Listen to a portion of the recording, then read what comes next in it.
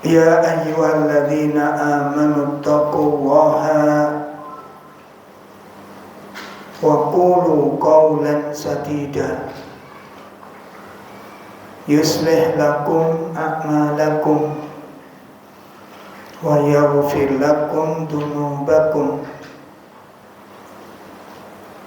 wa man yuti'illaha wa rasulahu faqad faza fawzan 'azima. Allahumma shalli ala nabiyyina Muhammadin wa ala alihi wa ashabihi wa man tabi'ahum bi ihsanin ila yaumiddin, amma ba'd. Ikhwatul kiram, bapak-bapak, ibu-ibu jamaah majelis taklim yang semoga dimuliakan Allah Subhanahu wa ta'ala.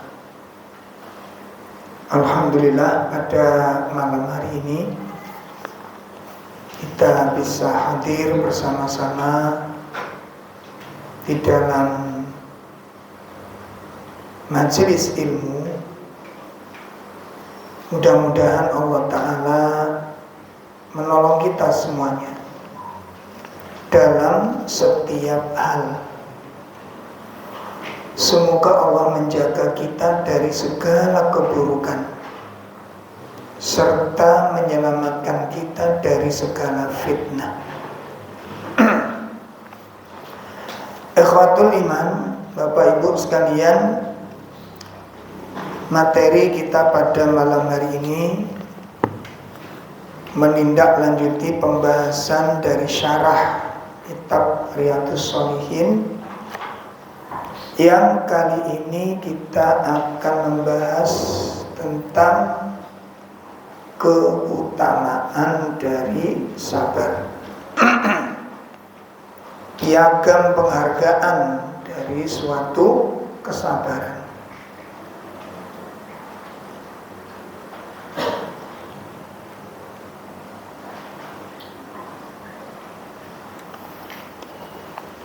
Sebagaimana telah kita ketahui bahwa sabar itu berat. Sabar itu berat. Sebagaimana disebutkan oleh Nabi SAW dalam sebuah hadisnya, as-sabru diya. As-sabru diya. Sabar itu sinar.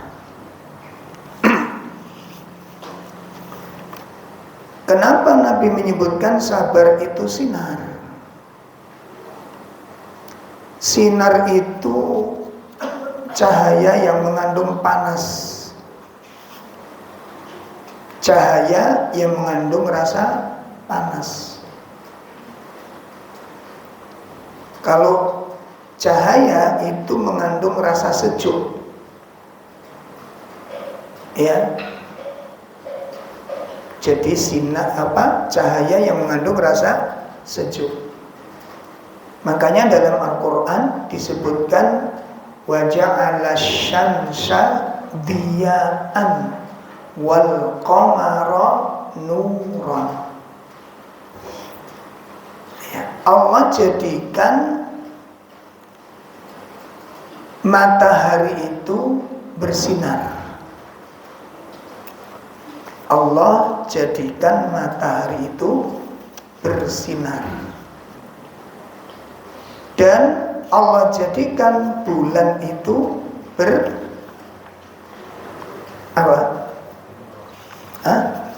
bercahaya. Yang benar matahari bercahaya atau bulan yang bersinar, atau matahari bersinar bulan yang bercahaya? Yang benar yang mana? Matahari yang, kalau saya menulis seperti matahari yang bercahaya, kewalik sampean. Beda. Makanya Allah menggambarkan hal ini sebuah amalan di dalam hadis Nabi SAW, as-sholatu nur was-sabru diya. Sholat itu cahaya, sabar itu sinar. Ya. Kalau jenengan ngelihat bulan walaupun 1 jam gak akan berlolokan. Gimana? Sampai kuat delok matahari 10 menit. Gak bisa, tapi setelah itu gak ngelihat wajah-wajah istri jenengan. Ya. Nggak usah ditanyakan kenapa Ustadz, yang besok itu coba. Ya, kalau ingin tahu jawabannya besok dicoba. Pentelengi matahari ketika bersinar 1/4 jam saja. Gitu ya. Nah, itu makanya Allah menggambarkan itu di dalam Al-Quran, di dalam hadis diterangkan. Dalam Al-Qurannya waja'ala syamsa diya'an, Allah jadikan matahari itu bersinar, wal qamara nuran, dan Allah jadikan apa? Bulan itu bercahaya. Karena pengaruhnya berbeda. Pengaruhnya berbeda. Nah, begitu juga dalam Al-Qur'an, dalam Sunnah Nabi SAW mengatakan as-sholatu nur, salat itu cahaya. Salat itu cahaya, karena sholat itu bisa meredamkan rasa panasnya jiwa. Jadi kalau bapak-bapak emosi yang tidak terkendali, sulit dikendalikan, dengan sholat biasakan gitu, biasakan pengendalian, biasakan pengekangan, jangan bedakan rasanya nanti. Lagi emosi dengan istri, ya, wudu, kemudian apa? Sholat 2 rakaat. Pernah? Kalau tengkar sholat dulu? Nggak pernah. Pokoknya hati terus. Atau karan tadi, tengkar jadi. Ya. Pengendalian. Coba hadis itu diamalkan makanya. Hadis itu diamalkan. Beda, Pak, beda. Ya. Dan konsep-konsep yang datang dari Nabi SAW itu semuanya menakjubkan. Konsep-konsep yang datang dari Nabi itu semuanya apa? Menakjubkan. Semuanya menakjubkan, mengagumkan semuanya. Nah, ikhwatul iman rahimani wa rahimakumullah, maka karena sabar itu berat, berapa sabar tuh? Makanya kadang-kadang kita itu jangan gampang nih masalahnya. Dan jangan gampang nyepelek nih musibahnya orang lain. Ya, jangan gampang mengabaikan, jangan gampang nyepelek nih masalahnya orang lain. Kita kan identik harus sabar aja. Gitu. Koncone punya masalah, wis sabar aja. Wah, enak ngomong sabar. Sing enak niku sing sing ngomong. Antum harus sabar. Enak ngomongnya. Seperti apa? Musibah berupa kemiskinan. Makanya saya wanti-wanti, dimanapun saya wanti-wanti, perhatian yang serius dengan teman-teman yang duafa, yang serius memperhatikan. Ya, nggak harus banyak, tapi diperhatikan gitu, dibantu kekurangannya. Kenapa? Ujian miskin itu berat. Ujian kemiskinan itu berat. Belum lagi nanti kaum muslimah lebih berat lagi. Makanya disebutkan di surat Al-Baqarah 214, kita simak. Al-Baqarah ayat berapa? 214. Allah Subhanahu wa taala berfirman di sana. A'udzu billahi minasy syaithanir rajim. Am hasibtum an tadkhulul jannata wa lamma ya'tikum mathalul ladzina khalau min qablikum massatuhumul ba'sa'u wad-dharra'u wa zulzilu hatta yaqula ar-rasul walladzina amanu ma'ah mata nasrullah ala inna nasrullahi qarib. Apakah kamu mengira bahwa kamu akan masuk surga, padahal belum datang kepadamu cobaan sebagaimana halnya orang terdahulu sebelum kamu?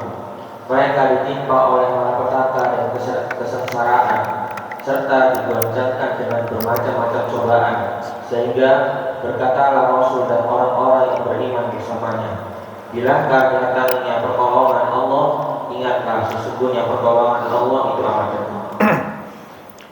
Ayat ini berat, ayat ini. Kita bacanya ringan. Makanya begitu kita diuji banyak yang tergelincir. Dan salah satu sebab yang menggelincirkan hati dari keimanan itu adalah al-ibtila, ujian. Ujian. Baik ujian berupa kegagalan, kekurangan dan kemiskinan, atau ujian yang berupa keberhasilan. Bon, dieling-eling ayat ini dieling-eling. Ya. Jadi seringkali yang menggelincirkan manusia salah satunya apa? Al-ibtila. Ujian-ujian hidup itu sering menggelincirkan orang. Hilangnya kesabaran itu bisa sebab ada dua hal. Ya. Makanya setiap kondisi seseorang membutuhkan sabar. Contoh, ya kita ambil contoh. Mana ini?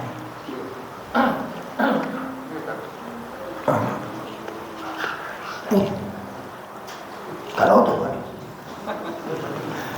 ya cukup menor ya. Pun, ini al-ibtila. Apa namanya? Ujian. Ibtila. Nah, ujian itu bisa menjadi dua hal. Ibtila itu ada dua hal. Pertama, ujian berupa asyar. Yang kedua bisa berupa al-khair. Gimana? Oh.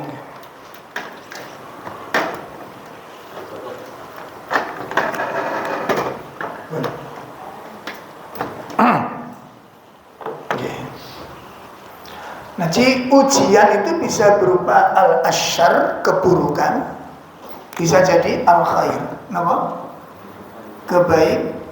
keburukan, bisa jadi berupa kebaikan. Ini ujian, sama ujian. Cuma saja kebanyakan orang itu menganggap ujian itu nama sing elek-elek, sing susah-susah. Ayo coba sak masjid ini pernah jenengan dapat nikmat kemudian rumangsa diuji? Coba angkat tangan. Orang. Nah, ini kesalahan. Apa bisa orang tergelincir karena kesuksesan? Bisa betul? Tidak sedikit. Yang dulu ngajinya rutin, sopo masjid, gara-gara sukses. Lagi. Nggih. Jiwanya, omongannya, cara berpikirnya sudah beda. Penampilannya sudah beda.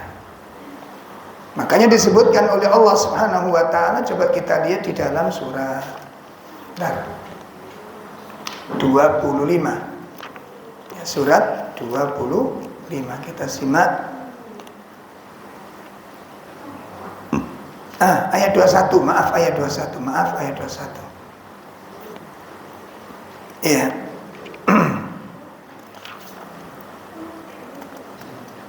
Ayat 35. Surat 21 ayat 35. Allah Subhanahu wa taala berfirman di pertengahan ayat itu, wa nabluukum bisyarri wal khair fitnah. Ya. Iya, silakan dibaca. Kami akan menguji kamu dengan keburukan dan kebaikan sebagai cobaan yang sebenar-benarnya. Nah, kami uji kamu dengan keburukan dan kebaikan sebagai cobaan yang sebenar-benarnya. Ini, makanya hati-hati. Keburukan itu ujian, keberhasilan ujian. Lah orang yang sering nggak sadar itu ketika diuji dengan kebaikan, sering nggak sadar. Nah, masing-masing ini membutuhkan kesabaran. Masing-masing membutuhkan kesabaran. Makanya yang pertama, keburukan dijelaskan Allah dalam surat Al-Baqarah ayat 200 berapa tadi? 14. Apakah kamu menyangka kamu akan masuk surga? Apakah kamu mengira bahwa kamu akan masuk surga? Padahal walamma ya'tikum, padahal belum datang kepadamu. Artinya apa? Kamu belum diberi oleh Allah ujian. Kamu belum diberi cobaan oleh Allah. Matalul ladzina khalau min qablikum, sebagaimana yang telah diberikan orang-orang sebelum mereka. Apa ujiannya? Satu, kita lihat. Masathumul ba'sa, mereka ditimpa kemiskinan. Miskin itu berat, ujian miskin.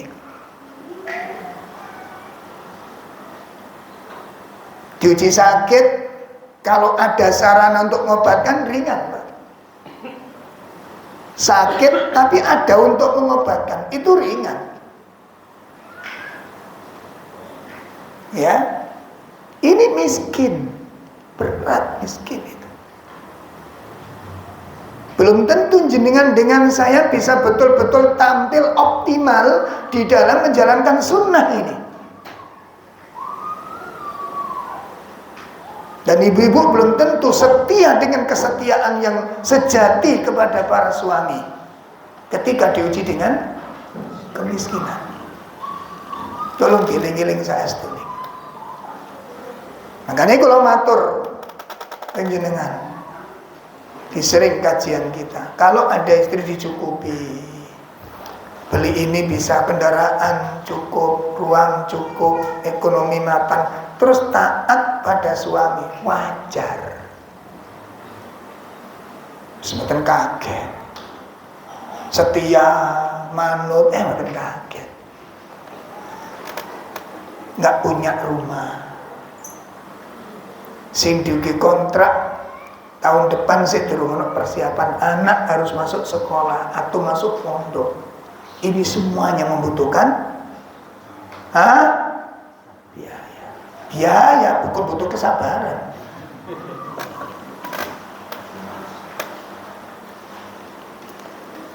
Itu biaya. Nah itu terancam nggak bisa mondok. Itu resiko di pandangan panjenengan. Semua anak jamaah mondok, anak kita nggak mondok. Gimana? Iki sing perlu dipikir ngaji nih, duduk pengajian tok jalan, duduk pengajian tok jalan. Iki sing perlu dipikir ngaji nih. Makanya saya lihat ada masjid itu tiap hari pengajian. Iki khawatir untuk sosialnya mboten laku. Karena ini tanggung jawab semuanya. Saya dipahami. Orang-orang dulu diuji dengan kemiskinan karena sing dipaman. Coba bayangkan ketika ada hadis, ada seorang Ansor menjamin tamunya Rasulullah, begitu pulang ke rumah ternyata gak sing dimasak kecuali masak untuk sore, dan itu pun untuk anak-anak, bapak ibu yang terancam gak makan itu. Iku wani jami tamu. Kira-kira kalau mbak Samin sok lakon diri koyok ini. Iki gak tulinan loh kisah ini. Mereteli teman rumah tangga mengira morat mari tenan nek mboten disiapaken.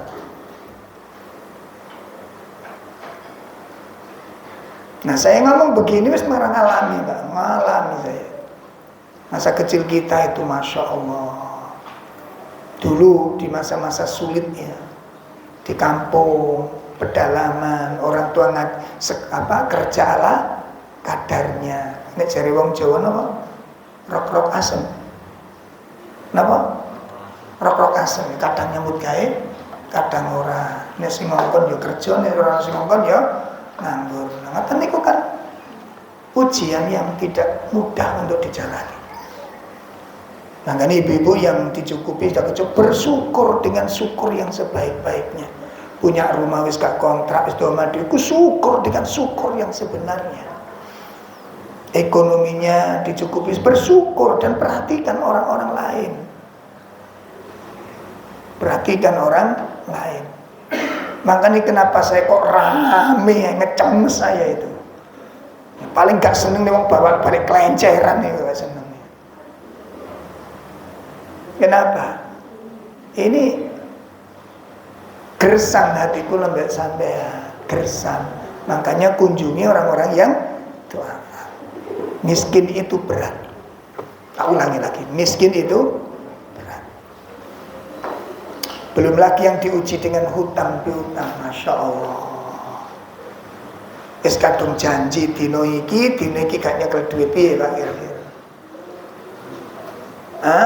Enak loh sing sabar ini. Saestu di jalan urip niki sing tenang. Iman ini butuh konsekuensi. Ini orang-orang dulu. Makanya nggak usah rumangsa dadi apik dhisik gara-gara istiqomah ngaji durung awak dhewe terus dikatakan soleh gara-gara ngaji rutin. Keliru nek kalau sampean menganggap awak dhewe wis soleh, awak dhewe wis apik, wis tingkatan ini dereng. Nek sekedar ngaji rutin saja belum, sudah diaplikasikan belum. Wis dibuktekne durung kesolehane. Banyak tuntutan soleh itu banyak. Makanya ngelompoknya nanti ada di surat Al-Baqarah berat kemarin 177 melompok memberiku albir, sifat-sifat kebaktian itu di sana semua. Ini yang pertama, ujian yang dialami orang-orang dulu berupa dengan kemiskinan. Ada yang kelaparan, Allah, jalan keluar cari daun-daun, cek ganjil wetenge. Pernah baca kisah itu? Dereng nanti mau kisah ini. Sahabat-sahabat keluar itu loh, cari daun-daun dimakan. Untuk apa? Ganjil perut saking laparnya. Iso jalani urip kados ngeten. Saestu Pak. Makanya kadang-kadang orang putus asa. Saged putus asa. Nek mboten kuat betul dalam pertolongan Allah, orang bisa tergelincir dan putus asa. Apalagi kalau lingkungan kurang memperhatikan, itu socul tenan. Berat Pak ujian. Ya, sampai dulu ada kasus, Masya Allah. Makanya karena kita di lapangan Pak, jadi ngerti seluruh dulu. Sedikit banyak tahu. Ada kasus ya, seorang ikhwan kerja di perusahaan yang dikatakan oleh ustadz ini mengandung syubhat. Padahal kalau dirinci secara fikih betul ya enggak seperti itu gitu. Cuma dikhawatirkan itu ada syubhat. Akhirnya dipaksa keluar oleh ustadznya. Karena harus menghindari yang dikatakan syubhat ini. Begitu keluar, nah jadinya keluar niku pripun? Otomatis kerja apa nganggur? Nganggur. Konsekuensinya? Nah, akhirnya Pak, kitab-kitabnya dijual. Kitab-kitabnya dijual. Ngeten iki nek ndelok sampean ndelok pemandangan ngene iki terus jenengan sebenarnya bisa menolong, gak nolong kira-kira piye? Dosa enggak? Lho ngene iki lho sing diperhatikan iki. Ngeten iki diperhatikan. Makanya jalani hidup sesuai dengan syariat, sesuai dengan sunnah. Itu gak cukup ngaji terus kelamben sunnah, enggak. Bagaimana kita mengatur, mengkondisikan ini terjadi. Akhirnya dijual, akhirnya kita bentek untuk dijual. akhirnya nggak ada. Sampai akhirnya apa? Sampai akhirnya infak kaleng santrinya diambil. Mudaratnya lebih besar mana ini? Kita nuntut keluar, ini subhat, iya, konsekuensinya kayak apa? Ini kan perlu didampingi jamaah ini. Bukan cuma berfatwa, subhat keluar. Setelah itu bagaimana? Iki loh setelahnya itu konsekuensinya bagaimana? Kalau kelaparan begitu terus kau kan sabar begitu. Saged dipahami yang saya sampaikan ini. Saged dipahami. Ini ujian dalam hidup dan ini ujian dalam iman.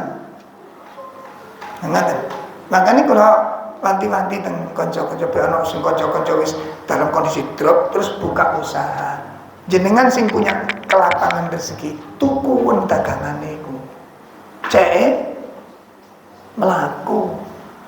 Engko ses usaha sama gak tau tuku blas. Lah aku gak butuh punya rezeki ada, beli. Loh saya gak butuh, kasih orang lain. Kamu gak butuh dengan barang yang kamu beli di temanmu itu. Enggak, ambil, kasihkan orang lain. Mungkin makanan di omaku kalau simang kasih orang lain. Itu cara menjalankan kehidupan sesuai dengan sunnah, mendampingi. Ini Pak, ini penting. Ini goncai masalah itu, bukan cuma ini sabar teman. Dulu orang-orang kelaparan. Ini masanya beda. Saya dipahami.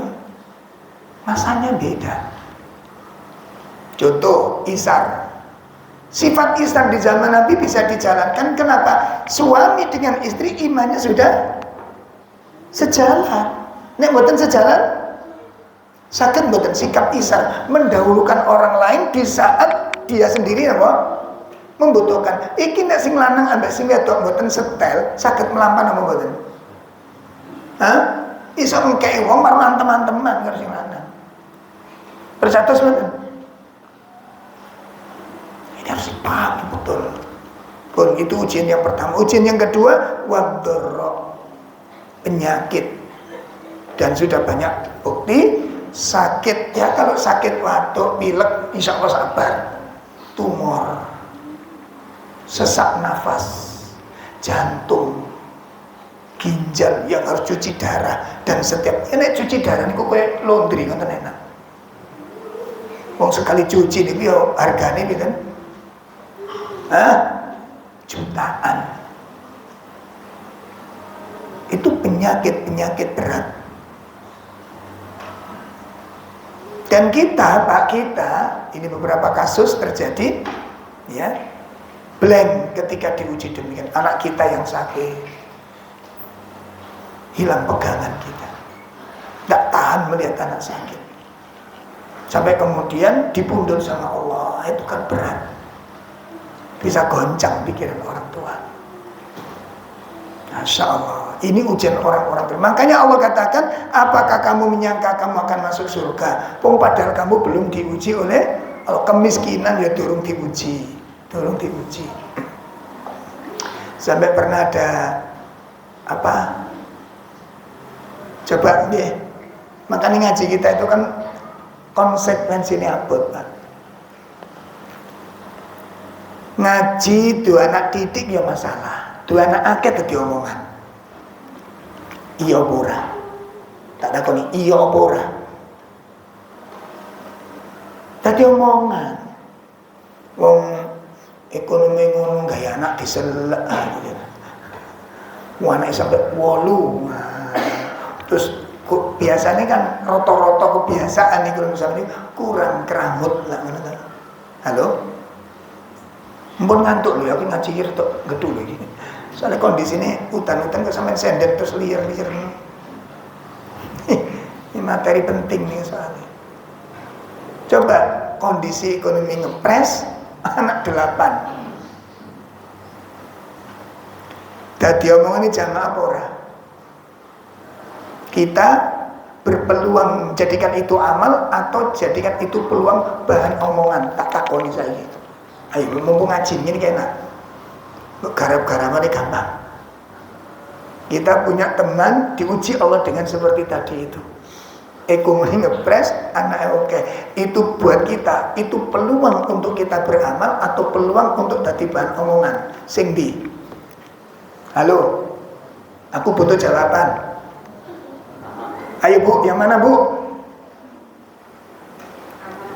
Bahan apa ini? Ini ladang untuk beramal atau ladang untuk jadi omongan? Endi ngaji nih? Endi sunai? Endi akidah?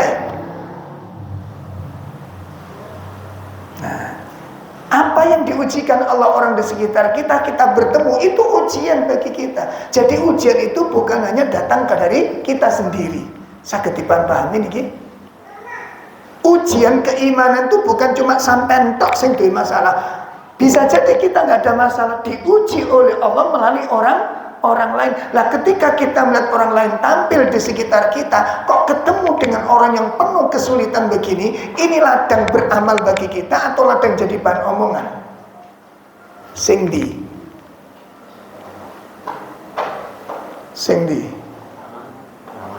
ladang amal? Bener. So weneng nek kepethuk wong Sumbeng. Loh, ini realita ini. Ini realita.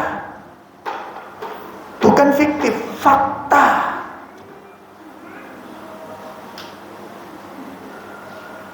Ya, fakta. Dan disinilah Pak, cara berpandangnya para sahabat yang katanya kita mengikuti jejak mereka, belum bisa kita ikuti dengan sebaik-baiknya. Karena cara pandang sahabat itu melihat amal-amal seperti itu peluang, dan mereka menganggap ini suatu kebutuhan, bukan beban.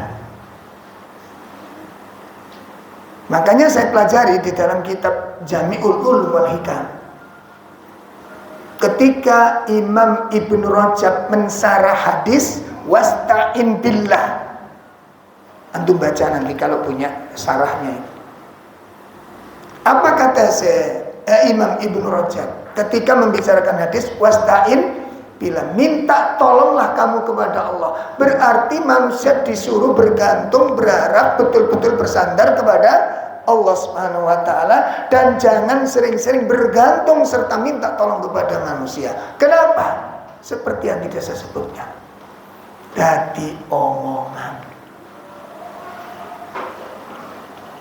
Kalau tidak percaya begini, barangkali nanti bapak ibu diuji kalau Allah sukses, terus ketemu konco kuliah yang dulu koyok dulur kandung. Biasalah apa jenenge ini? Apa saiki? Besti. Ini bestiku dulu waktu kuliah, waktu SMA sampai kuliah terus kemudian hari ini diuji dengan ujian yang berbeda. Kita diuji dengan orang yang sukses, yang satu diuji dengan kegagalan. Umumnya Pak, begitu ketemu, karena ini besti, ingin menunjukkan keakrabannya dulu. Terus cerita, kan nanti biasanya kan gitu, gimana kabarmu? Diuji dengan berdiri, terus gini, kasih kartu nama, kasih kartu nomor telepon. Nanti kalau sewaktu-waktu kamu butuh, hubungi saya. Benar? Pertanyaannya, benar kalimat ini? Antara penawaran awal begitu ketemu, semangat ingin membantu, dengan realita, betul demikian? Jawabnya, ya pertama kali. Ya pertama kali. Sekali diminta oke, 2 kali diminta tolong oke, 3 kali 4 kali resign. Ya cok terus-terusan deh kan. Soalnya gini ya tuh ya. Itu yang diungkap oleh Imam Ibnu Rajab. Ojo bergantung kepada manusia. Kenapa? Ada 2 perbedaan yang begitu menonjol. Pertama, kalau kita bergantung kepada Allah, Allah sangat senang dengan orang ini. Yang kedua, ketika Allah sering dimintai, Allah itu sangat mencintai orang ini. Yang kedua. Yang ketiga, ketika Allah sering dimintai, Allah menampakkan kekayaannya.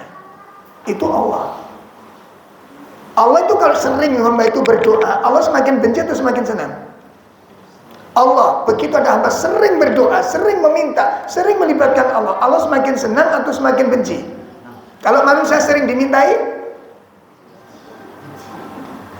yo terus-terusan, ikut dalile. Yo terus. Itu satu. Yang kedua, apabila Allah sering dimintai, Allah menampakkan kekayaannya. Sedangkan manusia menampakkan kekayaannya atau kemiskinannya? Kemiskinannya. Dan pintu manusia tidak terbuka 24 jam. Walaupun awalnya kita katakan, enggak besok waktu-waktu kamu butuh, wis gak usah sungkan-sungkan. Itu kan mukadimah. Halo? Engko butuh sewaktu-waktu wis langsung hubungi aku lho yo, ojo sungkan-sungkan, wis awakmu wis tanggep. Betul seperti itu? Realita? Tidak ya. Itulah keterbatasan kita. Dan memang seyogyanya seorang muslim tidak boleh seperti itu.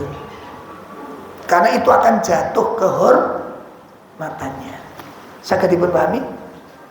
Begitu kita menggantungkan kepada orang itu, kehormatan jadi jatuh. Tapi disinilah yang disebutkan dengan, kalau orang Jawa bilang nih Pak, ono istilah tepo seliro, itu dihidupkan. Jadi saling memahami, saling mengerti itu dibutuhkan dalam konteks hidup berjamaah seperti ini. Konteks berjamaah seperti saling dibutuhkan, saling memahami. Jadi betul-betul dipahami. Enggak selalu menggantungkan pada orang, tapi yang memahami harus perhatian kepada orang yang sangat butuh. Saged dipun pahami ini.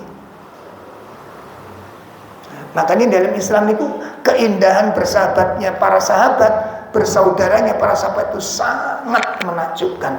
Makanya jenengan kali kula perlu membaca kisah-kisah itu. Perlu membaca kisah-kisah itu. Kemudian berikutnya Allah Subhanahu wa taala menyebutkan ujian yang ketiga adalah wazulzilu dan digoncangkan dengan berbagai macam goncangan-goncangan. Itu ujian-ujian dalam hidup dan ujian-ujian dalam iman, dan kita masing-masing dituntut untuk bersabar. Ketika sukses, apa ujiannya? Ujiannya itu banyak keinginan. Nggih mboten. Lah nek kula mboten bukan sabar, ya dadal duel, ngerti dadal duel. Sukses itu identik Pak, identik dengan ujub, identik dengan gampang no masalah. Dan yang paling mengerikan orang sukses itu dikhawatirkan ketergantungan kepada Allahnya berkurang.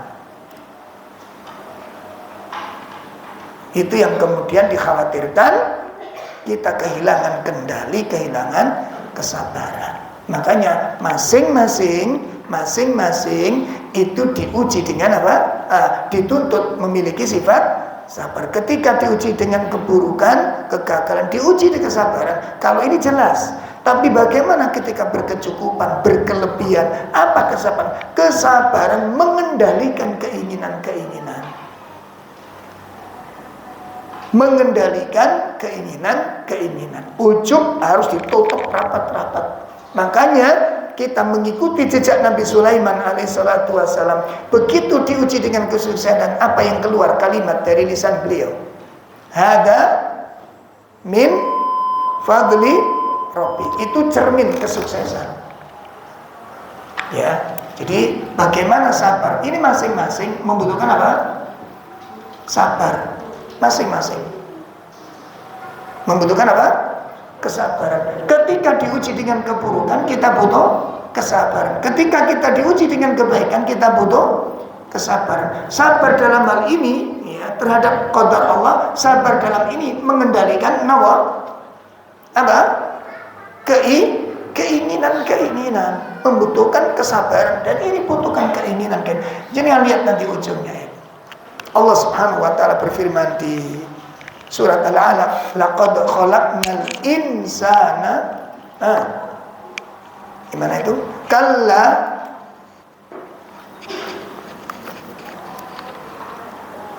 Kalla innal insana la yatagha. Kita buka surat apa itu?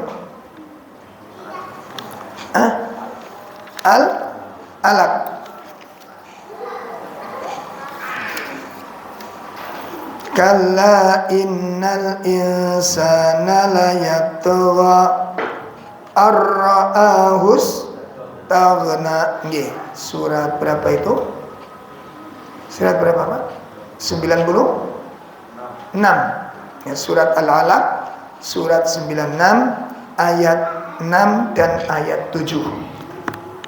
Ketahuilah sesungguhnya manusia benar-benar melampaui batas. Cukup, ketahuilah manusia benar-benar melampaui batas. Kapan? Ayat berikutnya menjelaskan. Karena dia melihat dirinya serba cukup. Karena dirinya melihat serba cukup.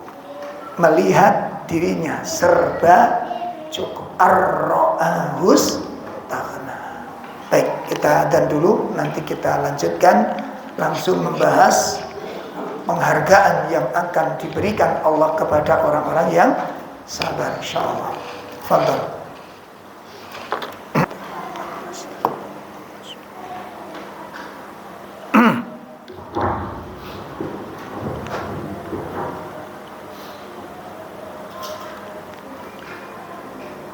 Baik, kita akan langsung membahas tentang rattaballahu ta'ala khairatid dunya wal akhirah ala sabri.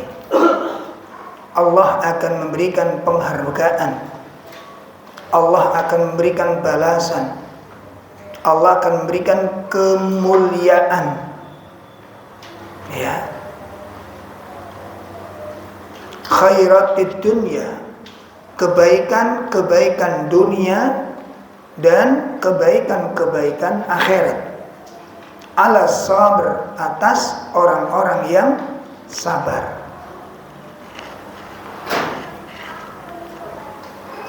Di antara penghargaan yang agung yang akan Allah berikan kepada orang-orang yang sabar, yang pertama adalah ma'iyatullahi ta'ala. Ma'iyatullah.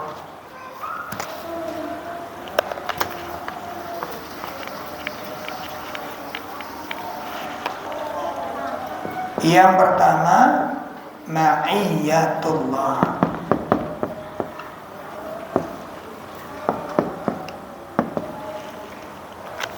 Ini yang pertama.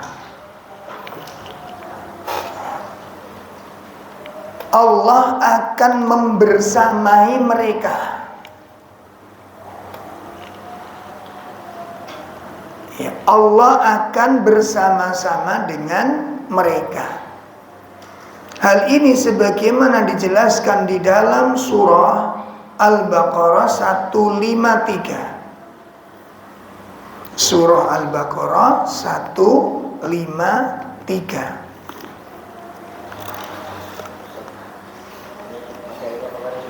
Ini sudah ya. Yang pertama itu. Yang kedua apa? Mahabbatullah. Yang kedua apa? Mahabbatullah. Yang kedua mahabbatullah.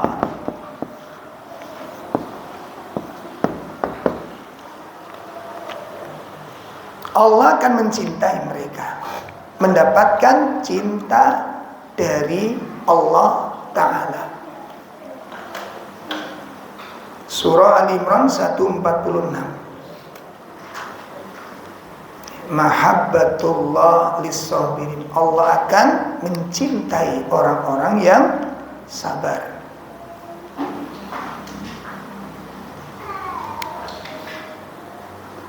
Iya. Kemudian yang ketiga apa? Mendapatkan sholawat dan mendapatkan rahmat serta mendapat hidayah. Sholawatullah wa rahmatuh. Yang ketiga, sholawatullah wa rahmatuh.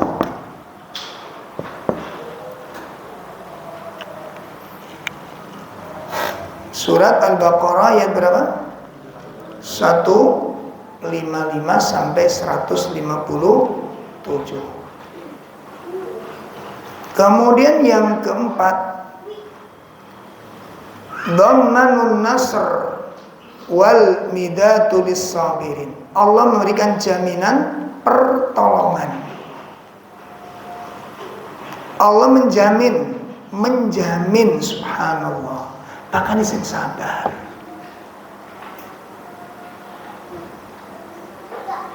Nah, Allah menjamin memberikan apa? Pertolongan dan bantuan kepada orang-orang yang sabar. Surah Al-Imran 125 sampai 126. Kita buka Al-Imran 125 sampai 126. Bala in tasbiru wa tattaqu wa ya'tukum min fawrihim Hada yumdidkum rabbukum bi khamsati alafin minal malaikati musawwimin. Iya. Ya, cukup jika kamu bersabar dan bersiap siaga dan mereka datang menyerang kamu dengan seketika itu juga. Niscaya Allah menolong kamu dengan 5.000 malaikat yang memantaikannya. Kemudian ayat 26. Dan Allah tidak menjadikan pemberian bala bantuan itu melainkan sebagai kabar gembira bagi kemenanganmu, dan agar tentram hatimu karenanya. Dan kemenanganmu itu hanyalah dari Allah yang Maha Perkasa lagi Maha Bijaksana. Allah menjamin kemenangan, Allah menjamin kemenangan, Allah menjamin memberikan bantuan. Tidak mungkin dibiarkan. Allah menyuruh sabar, kemudian kita ditelantarkan Allah. Allah kita menyuruh kita sabar, kemudian didolimi Allah. Itu tidak mungkin. Tidak mungkin. Makanya perlu adanya pendekatan-pendekatan yang optimal, penajaman keyakinan. Ya, belajar tentang tawakalnya para nabi, belajar tawakalnya dengan para sahabat, tawakalnya para ulama, itu kita perlu gali, Pak. Perlu kita kaji. Makanya ini menjawab, jangan sampai kita bersandar kepada nanti Allah yang ngatur. Nanti Allah yang mengatur, dan Allah tidak mungkin keliru. Makanya kalau sudah bertemu dengan janji Allah, berarti konsekuensinya apa? Hah? Kalau kita ketemu Allah menjanjikan, berarti konsekuensinya apa? Ya, yakin dengan janji itu. Yakin dengan janji. Karena nggak mungkin Allah mengingkari janji. Innallaha la yukhliful. Kalau Allah memberikan contoh, ada masalah. Nah, kadang-kadang gini, wow. Salah satu tabiat kita itu, Pak nggih, salah satu tabiat dasar kita itu al-istiqjal. Napa istiqjal? Tergesa-gesa. Karepe awak dhewe iku nek ndonga niku Allahumma ketepuk. Karepe lah ngono karepe.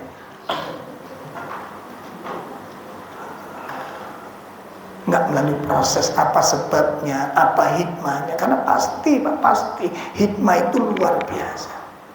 Ada saudara kita loh ya, kapan-kapan takjak datang ke sana jadi saudara kita, ikhwan kita itu diuji Allah dengan ujian memang cukup berat. Satu rumah itu Pak ditempati 4 orang, semuanya bermasalah. Bapak niki lumpuh total. Bapak ini lumpuh total. Istri stroke dan hilang ingatan. Tinggal 65% ingatan ini. Anaknya laki-laki nggak punya kaki. Ngoten. Terus anak perempuan, si adiknya anak laki-laki yang nggak punya kaki niki dinikahi orang Jakarta, saiki diulihno, dicerai. Sebenarnya itu sudah kasus lama, cuma keluargane iki nek mbok gawa mulih, kondisi di omah iki kaya ngene. Nah mulih ku gak wong ijen gawa anak loro. Iku tinggal satu rumah. Nah, mikir tok lagi sumpek nih Mas. Ini ada, ya Allah. Bon, ini gambaran saja Pak, gambaran saja. Jadi nggak usah mikir dulu. Ini sudah kelihatan sumpek nih kan. Loh, ini saudaranya bingung saat ya apa iki Ustaz? Kalau dicerai, wong kene ndek omahe kaya ngene kok mulih ku kaya apa? Wong iki sis rotok marak gak bukan rotok ya marak-marik. Ini kalau ketambahan 3 orang iki piye? Itu kan gambaran kita ya Allah. Wis serana yang terbaik. Nek dijalani dia nggak kuat dengan sikap suami dengan keluarga pihak suami. Kasihan anak ini. Tapi nek dikasihan Ustaz kon mulih sing kene Ustaz. Bismillah, nek Allah ngendaki begitu berarti ada sesuatu kok terus mulih tenan. Langsung saya demi Ustaz, mulih tenan yo apa diterima. Yo mesti ini Ustaz. Cuma ini gimana? Bismillah, Allah yang ngatur. Nah, ternyata hikmahnya apa? Hikmahnya itu orang tua yang lumpuh niki terutama bapak jenenge wong loro niku lak rodok ngecem. Ngecem niku napa? Ngecem. Lah anak-anak yang ngeramut itu kan sing cocok. Jadi ngeramut sak rambut itu tukaran. Jadi ini ngecem Mas. Ternyata nganute sama anaknya yang diceraikan. Nganut akhirnya saiki mari urusannya wis gak rewel maneh dulu singkatan iki. Nganut sama padahal pelayanan nggih sami dengan anak yang lain. Ya Allah alam iku malu napa jenenge? Hikmah, diatur hikmah. Nah, terus iki apa wis kebuatan bismillah engko ditolong sama Allah. Wis iki gampang iku lah Allah dalane. Sing penting awak dhewe iki kudu yakin dan dekatkan diri, kalau libatkan Allah dengan sepenuh hati.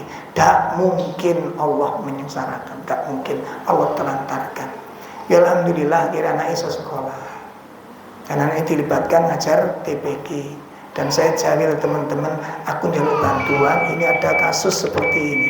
Alhamdulillah sekarang ada ikhwan yang jamin setiap bulan itu beras 20 kilo. Lagi senteng. Astagfirullah. Wong awak dhewe duci wong situ lara wis greges. Lah iki wong ngomule lak rada endeng sampe greges. Bayang masalah wong melok enteng. Insyaallah. Nggih. Saya telusuri ngoten niku suwun ningali ngoten. Sampun nggih.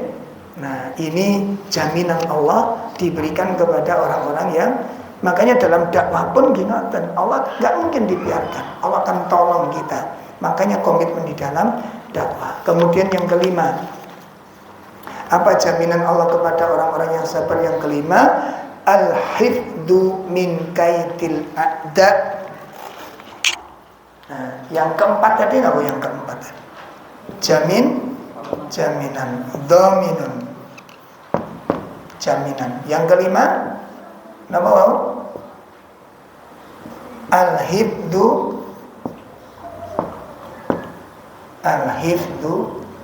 min kaidi al-a'da. Ya. Yang kelima, Allah menjamin untuk menjaga dari tipu daya musuh. Makanya kaum muslimin tidak usah mikir tentang tipu daya. Orang sekarang kafir dengan ini bersekongkol, wis biarkan saja. Apa memang baru sekarang? Orang kafir bersekongkol itu apa baru sekarang? Dalam kok kaget dalam bahasa ini? Tidak usah kaget. Itu mereka ulama-ulama Islam bergabung dengan orang. Apa mulai sekarang?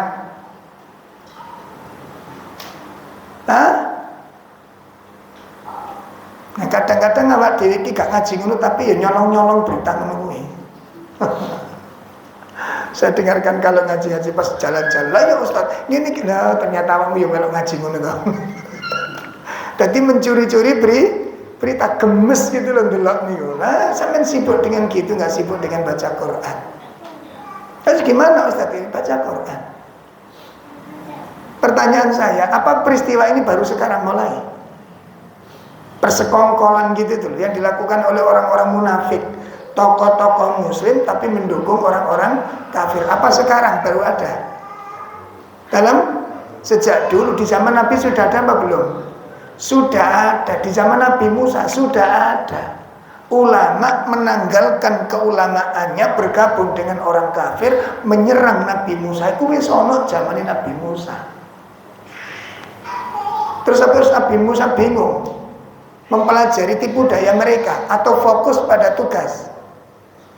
Nabi Musa fokus pada tugas atau bingung mempelajari tipu daya mereka, membaca tipu daya, enggak, mereka fokus kepada tugas. Makanya Nabi diperintahkan oleh Allah, fasbir kama sabara ulul azmi minar rusul.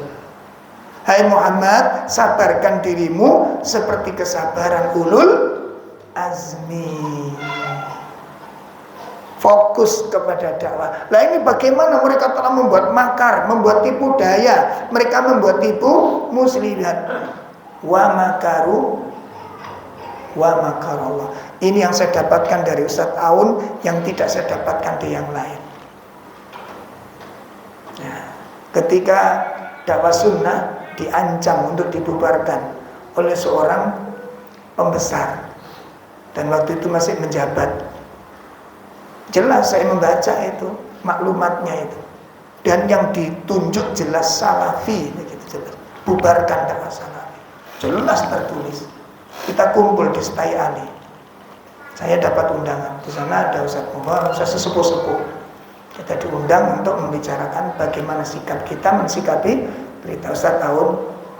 Kalau menurut kami ini kayak gini nih kan sudah mau istilahnya segojangan jadi. Napa segojangan ini? Kenapa Pak? Ya wis ngono iku kandhangane dakwah. Nah sementara kita dai-dai muda niku kan bingung, nek ngaji kene wis dicegat karena surat niku digawa, ini ada surat larangan. Lah di situ ada seorang pengacara handal kita itu menyiapkan 2 surat. Surat 1, surat klarifikasi untuk ditanyakan ke bupati yang bertugas itu, yang berkewenangan, yang punya masalah. Apa betul maklumat itu resmi dari bupati? Karena itu resmi Pak dari bupati. Dan bahasa menunjukkan bahasa penekanan, jadi bahasa ditekan. Kalau bupati ini sadar bahwa ini ada endingnya, itu nggak mungkin karena pasti akan dipersoalkan. Karena negara ini negara main tuding, itu harus bukti. Kalau enggak dia bisa digugat itu. Surat itu sudah disiapkan. 1 surat klarifikasi, yang kedua kalau nanti dapat jawaban benar maka langsung surat yang kedua menyusul, surat gugatan. Itu pasti gasok turun bupati ini. Karena kita punya hukum, negara ini ada aturannya. Gak main sembarang larang. Dilarang itu kita itu masuk aliran terlarang itu terlarangnya dari mana? Wong kita nggak memusuhi negara, kita nggak memusuhi, nggak membenci negara, kita bahkan mendukung pemerintah selama itu dalam kebaikan, bukan mendukung dalam kezaliman, tidak, sama sekali tidak, mendukung dalam selama kebaikan. Begitu sudah disampaikan bla bla bla, Ustaz tahu, tidak usah. Ngaji saja sudah. Nah terus kita kalau dibubarkan, yo bubar, ngali sampingi. Santai, nggak ada kepanikan, nggak ada kebingungan. Ya tinggal boleh ngaji ya nggak ngaji dulu, pindah sampingnya. Artinya apa? Di mana tempat kita mau ngaji ada kan kajian. Mau negara ini negara hukum. Tanyakan pada mereka apa sebabnya. Nah kita itu kadang-kadang belum berjalan, wis keweden dise, keweden dise. Wadinya amit-amit. Ya Allah, ternyata benar Pak. Nanti kalau jaringan permasalahan itu panjang itu ceritanya, panjang, tambah panas nanti. Udah biarkan aja. Nanti kita berbuat, kita jawab dengan amal-amal yang nyata. Gimana sih Islam mengajarkan kepada kita ini? Sudah jawab dengan itu semua. Nanti Allah jalankan semuanya. Itu dikuatkan kepada kami. Subhanallah. Dan ternyata benar. Kita lihat ayatnya di surah Al-Imran 120. Al-Imran 120. Langsung terjemahan itu. Jika kamu memperoleh kebaikan, niscaya mereka bersedih hati. Tetapi jika kamu mendapat bencana, mereka bergembira karenanya. Dan jika kamu bersabar dan bertakwa, niscaya tipu daya mereka sedikit pun tidak mendatangkan kemudaratan kepadamu. Sesungguhnya Allah mengetahui segala apa yang mereka kerjakan. Allah berfirman, wa in tasbiru wa tattaqu, jika kamu bersabar dan berlalu bertakwa kepada Allah. Apa kata Allah? La yadurrukum kaiduhum syai'an, tipu daya yang mereka buat sedikit pun tidak akan membahayakan kamu. Gitu. Sedikit pun tidak membahayakan kamu. Makanya apa yang kita lakukan begitu ada berita-berita mereka bersekongkol, merapatkan diri kepada Allah, baca Qur'ane ditingkatno. Zaman kali kula nggih ngoten maca Qur'an rasa-rasa. Ayo diperhatikan nih kaum muslim. Jadi jenengan wis ngaji ngeten iki pantang, Pak. Aib kalau bapak-bapak yang sudah ngaji, ibu yang sudah ngaji, kok sampai 3 hari berturut-turut gak baca Quran, itu aib. Dan saya yakin ada. Kalau sampai 4 hari gak baca Quran, kok anteng-anteng aja. 5 hari gak baca Quran sama sekali, kok anteng-anteng, dia terjatuh dalam kemunafikan. Ciri-ciri orang munafik apa? Ciri-ciri orang munafik apa? Nek ibadah malas. Maca Quran tok malas ku piye, Pak? Pertanyakan, ukulkan pada Anda. Kalau kita nggak sempat baca Quran sampai 5 hari berturut-turut, ini sudah kedaluarsa, ini sudah ini parah, Pak. Jangan sampai 1 bulan, 4 hari berturut-turut nggak baca Quran, itu bahaya besar. Identik kita jatuh ke dalam kemunafikan. Kenapa? Sampai-sampai kehilangan amal soleh itu, ya Allah. Kok nggak merasa sedih? Kehilangan sesuatu yang besar. Kok nggak merasa sumpah? Kehilangan amal yang mulia. Baca Quran itu mulia. 1 huruf itu sekepal kebaikan. Kehilangan sekian huruf, nggak merasa sedih. Di mana iman itu? Sangat dipahami iman. Makanya teman-teman yang saya tekankan, tadi malam saya ngaji di Asidik, saya tekankan karena sangat banyak itu informasi. Kalau Ustaz disampaikan ke bapak-bapak, itu bukan ibu-ibu Kolbin Salim ya, bukan. Tapi kalau ada ya kebetulan kan. Banyak yang nggak cara baca Quran diingatkan. Oh sering buahnya ini bojo sampai cing dablek. Baca Quran, sholat sunnahnya dijaga, qobliyah ba'diyahnya dijaga. Nah itu nanti akan ditolong oleh Allah. Makanya disebutkan oleh Allah, wa in tasbiru wa tattaqu. Jika kamu bersabar dan kamu bertakwa kepada Allah, la yadurrukum. Siapa yang mengegulkan sebuah rencana? Siapa? Yang menjadikan rencana terjadi atau tidak? Siapa? Allah tabaraka wa ta'ala. Kenapa kita putuskan hubungan dengan Allah? Dan ini Allah menjanjikan, wa in tasbiru wa tattaqu la yadurrukum kaidu syai'. Tipu daya yang mereka buat tidak akan membahayakan diri. Itu janji Allah Subhanahu wa taala. Jambon. Nah, itu yang kelima. Yang keenam, Allah akan mengangkat umat ini menjadi pemimpin di antara umat yang lain. Subhanallah. Allah jadikan, Allah berikan, Allah karuniakan kepemimpinan. Allah yang ngatur, Pak. Allah yang ngatur. Yang bolak-balikan hati orang benci jadi senang jadi benci siapa? Kenapa ini kita abaikan? Kenapa ini kita diamkan? Maka demikian pula ibu-ibu juga demikian. Di masyarakat kok tetangga kurang, ya mungkin ibadah kita kurang, ya ketaatan kita kurang, kesolehan kita kurang. Tingkatkan, baca Quran tingkatkan, sholat sunnah tingkatkan, sedekah tingkatkan sesuai dengan kemampuan. Allah akan berikan kepemimpinan kepada kaum muslimin ini. Surat 32 ayat 23. Surat berapa? As-Sajdah. As-Sajdah. Ayat berapa? 23. Walaqad ayat 24, maaf 24, ayat 24. Waja'alna minhum a'immatan yahduna bi amrina lamma sabaru wa kanu bi ayatina yuqinun. Iya. Dan kami jadikan di antara mereka itu pemimpin-pemimpin yang memberi petunjuk dengan perintah kami ketika mereka bersabar, dan adalah mereka meyakini ayat kami. Nah, yang terakhir, yang keberapa? Yang ketujuh, bahwa Allah wajibkan istahaq dukhulul jannah.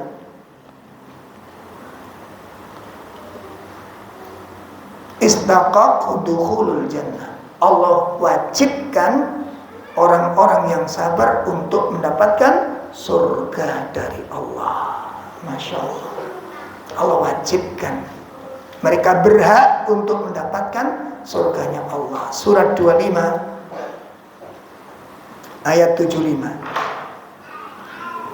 Surat 25 ayat 75. Nah,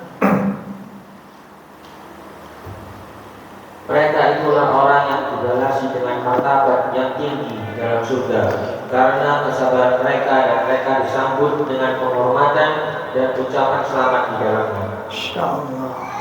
Ulaika yujzaunal ghurfata bima sabaru. Mereka diberikan tempat-tempat tinggal, kamar-kamar yang tinggi oleh Allah di dalam surga. Disebabkan apa? Bima sabaru, dengan sebab kesabaran. Nah, Bapak Ibu sekalian, maka ini akan ada langkah-langkah yang harus kita lakukan.